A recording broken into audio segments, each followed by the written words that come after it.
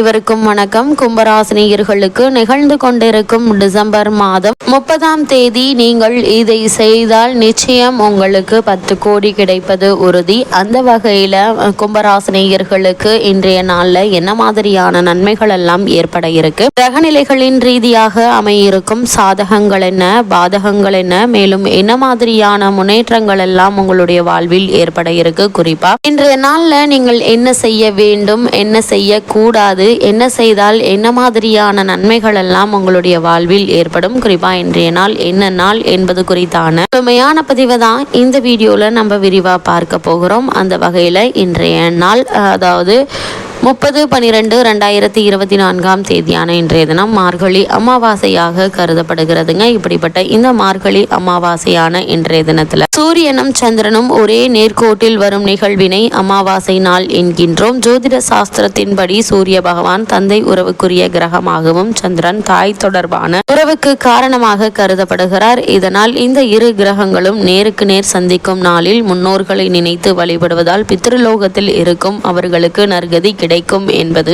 ஐதீகம். அப்படிப்பட்ட அமாவாசையான அன்று தர்ப்பணம் கொடுத்து வழிபட முடியாவிட்டாலும் முன்னோர்களை நினைத்து எள்ளும் தண்ணீரும் கண்டிப்பாக இறைக்க வேண்டும். தெய்வங்களை வழிபடுவதற்கு எத்தனையோ விரத நாட்கள் இருந்தாலும் முன்னோர்களை வழிபட்டு அவர்களின் ஆசியை பெறுவதற்கு உரிய நாளாக அமாவாசை மட்டுமே கருதப்படுகிறது. மற்ற விரத நாட்களுக்கு எப்படி விதிமுறைகள் உள்ளதோ அதே போல் அமாவாசை நாளில் சில விஷயங்களை கண்டிப்பாக செய்ய வேண்டும், சில விஷயங்களை கண்டிப்பாக தவிர்க்க வேண்டும் என்ற விதிமுறை உண்டு. மார்கழி அமாவாசை நாளில் என்னென்ன விஷயங்களை செய்யலாம், அவற்றை எல்லாம் தவிர்க்க வேண்டும் என்பதை தெரிந்து கொள்ளலாம். அந்த வகையில கும்பராசினியர்களுக்கு இந்த மார்கழி அமாவாசையான இத்தருணங்கள்ல பக்தி செய்வதற்குரிய மிக உயர்வான ஒரு மாதமாக கருதப்படும் மார்கழி மாதத்தில் வரும் ஒவ்வொரு நாளும் ஒவ்வொரு திதியும் சிறப்புக்குரியதாகுங்க. அதிலும் அமாவாசை, பௌர்ணமி போன்ற முக்கிய விரத மற்றும் வழிபாட்டு நாட்களில் மார்கழி மாதத்தில் வரும்போது கூடுதல் சிறப்பு பெறுகின்றன. பொதுவாகவே அமாவாசை என்பது முன்னோர்களுடைய வழிபாட்டிற்கு உரிய நாள் என்பது அனைவருக்கும் தெரியும். ஆனால் மார்கழி மாதத்தில் வரும் அமாவாசைக்கு தனி சிறப்பு உண்டு. அதிலும் இந்த ஆண்டு வரும் மார்கழி அமாவாசை மேலும் சிறப்பு வாய்ந்ததாக கருதப்படுகிறதுங்க.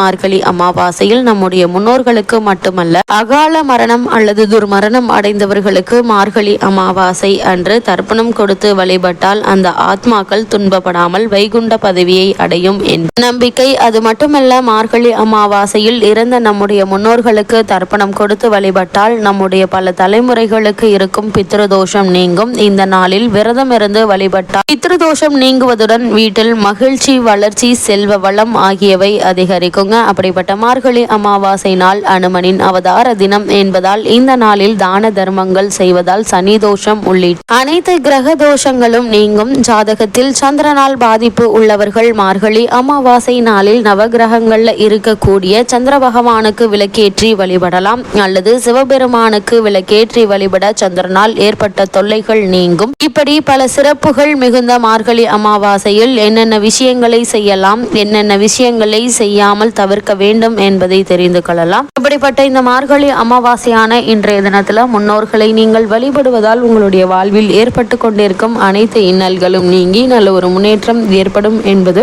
ஐதீகமாக உள்ளது.